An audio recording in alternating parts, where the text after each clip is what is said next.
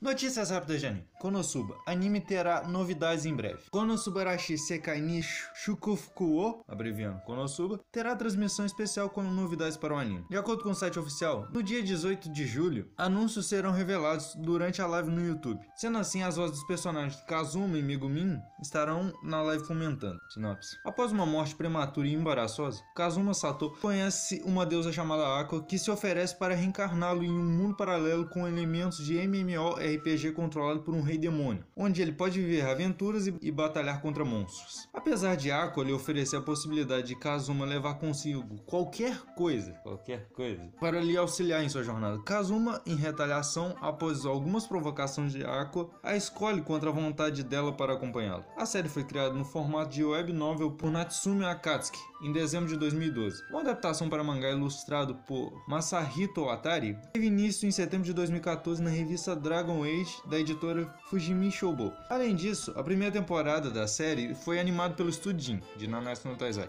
e lançada no dia 14 de janeiro de 2016. A segunda temporada foi exibida em 12 de janeiro de 2017.